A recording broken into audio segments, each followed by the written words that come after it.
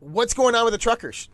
What's going on with the truckers is, Canada's a fairly chill sort of population. They're like, yeah, she'll be right. It'll work itself out. They're like the Aussies. She'll be right, mate. Just give it time until you piss them off. And I have learned you don't want to piss off our brothers and sisters to the north. Let me tell you. So Biden and Trudeau, over the last couple of weeks, in their wisdom, decided they were going to close the border down to unvaccinated truck drivers, or make it really difficult to cross by having them quarantined for 15 days coming and going, which means they can't really make a living. And Trudeau started it on the 15th of January. I don't know why, because we import way more stuff to Canada right now, especially this time of year with them in deep freeze, and they're sending to us. But I guess he wants to starve out his population, right? Go figure, friend of China. And so he put this little rule in place on the 15th. Biden followed along, played, devil's advocate, did the same on the 22nd. And now they both basically closed the border down from both sides. So the truckers are like, well, we can't do our long haul runs, and our truck is standing idle, and we think this is tyranny. And they're right. I don't know why these politicians keep playing games of chicken with the boys with the blue collar toys, because that's not the way I would do it if I were them. But they do, and they keep getting their asses handed to them. So that happened with Biden and the nationwide walkout. He pissed off the blue collar guys. They walked the hell out the second week in November. They broke the damn supply chain. Black Friday was a ghost town, and the FTC, Federal Trade Commission, by the end of November was ordering all the big box stores, hey, how come your shelves are empty and your prices are so high? Well, that's because Biden told the blue collar guys they had to bend over and get a shot. And they were like, hell no, we're not. We're just going to not go to work for a week. And we're going to break your supply chain. They did. So not learning from this, Biden and Trudeau do the same thing again. They piss the truckers off. And the truckers have really large equipment that is at their disposal. So what they decided to do in Canada was to get a little rubber ducky convoy going on. Rubber duck, we got us a convoy. They had trucks from the east, trucks from the west, trucks from the north, trucks from the south, all converging on Ottawa. They are all set to converge on Ottawa this Saturday, January 29th. The convoys are now 9. There are 9, count them, 9 separate convoys coming from all different areas of Canada. The longest one as of this morning, Joshua, is 150 kilometers long. It's a 100-mile long convoy, 93 to be technical. The second one was about 60 miles long. 3 days ago, they were estimating 50,000 Mack trucks in Ottawa by Saturday, with 500,000 people. I think it's going to be 2 or 3 times that, honestly.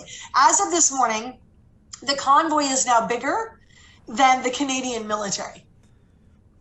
Wow. Yeah.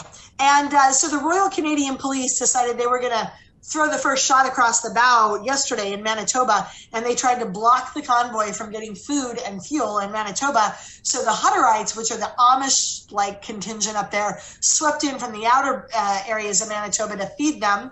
And then these blue collar boys are nobody's fool, man. They're like, you wanna play double down poker? Fine, blackjack, whatever the word is here. Fine. We're the guys who actually bring the fuel to the gas stations. Have you forgotten that, Trudeau? You're gonna screw with our fuel? We'll just get our tanker trucks to join the convoy. So now, oh yeah, get this. Now they're rolling tanker trucks with the damn convoy so they can self-refuel, right? And they've got food trucks with them, and they got mechanics trucks with them. Ain't nothing stopping this convoy now. Nothing. Not even the Canadian military if they tried, because right now the convoy is bigger than the damn military. It just broke the Guinness Book of World Records for biggest convoy ever. And as of this morning, Australia's joining in.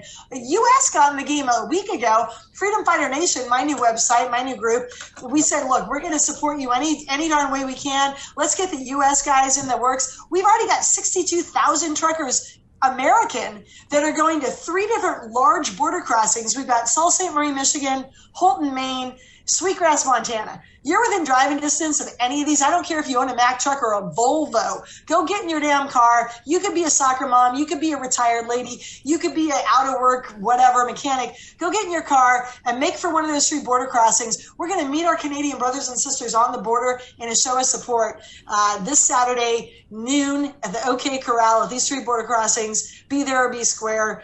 And this is how you take back a country and a planet. That's it. So I got this up here right here. Become a freedom fighter.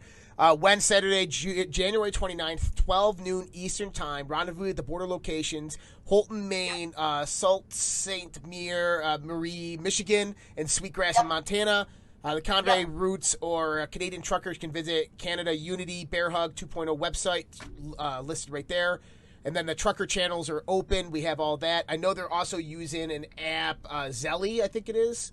It's Zello. Zello is another app that they're all using. There's like 50,000 of them. You can listen to the whole convoy on that as well. But they have that right here. You can see the channels being used. Guys, we're going to put this information out for you guys so you can go ahead and visit that. This is it's a breath of fresh air because James Madison, Federalist 46, he talked about the 4 steps to curb a tyrannical and oppressive government. This is kind of where the derivation of our 10th Amendment came from. And within this, you have disquietude of the populace, and then you have civil disobedience. This is civil disobedience.